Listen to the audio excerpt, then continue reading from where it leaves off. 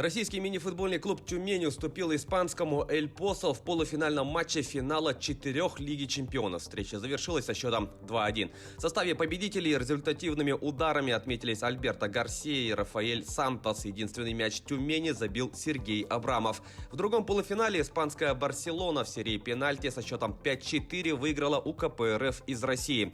Основное время встречи завершилось со счетом 3-3. В составе каталонцев голы забили Серхио Лозано, Феррао и Эскардинья. У россиян отличились Рамуло, Нандо и Янар Асадов. Таким образом, в финале турнира встретятся испанские «Эль Посо» и «Барселона», а российские «Тюмень» и КПРФ разыграют бронзовые медали.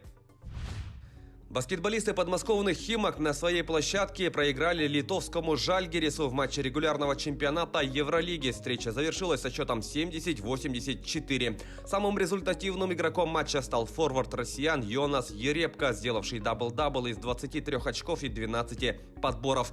В составе литовской команды самым точным был Марио Григонис, на его счету 21 балл. Баскетболисты «Химок» проиграли 2 игры из 2 на старте турнира. В следующем туре они в гостях сыграют с испанским «Реалом», а литовский клуб на выезде сыграет с сербской «Црвеной звездой». Московский ЦСКА на выезде со счетом 4-2 выиграл у уфимского Салавата Юлаева в матче регулярного чемпионата континентальной хоккейной лиги. В составе армейцев шайбы забросили Богдан Киселевич, Сергей Андронов, Марио Кемпе и Артем Сергеев. У хозяев льда отличились Филипп Ларсен и Михаил Воробьев. ЦСКА одержал 7-ю победу к ряду и продолжает лидировать в турнирной таблице Западной конференции, набрав 25 очков. Уфимцы идут 4-ми на востоке, имея в активе 20 пунктов.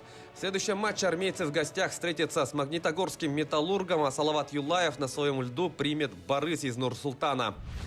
Перейдем к событиям нашего региона. Эдуард Григорьев стал победителем чемпионата Польши по вольной борьбе в весовой категории до 65 килограммов. Как сообщает «Спорт Якутии», Григорьев выиграл все 4 схватки, не отдав соперникам ни одного балла.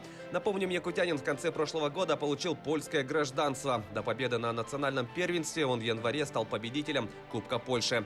Также Эдуард Григорьев является победителем чемпионата мира среди студентов и призером международного турнира серии Гран-при Иван Ярыгин.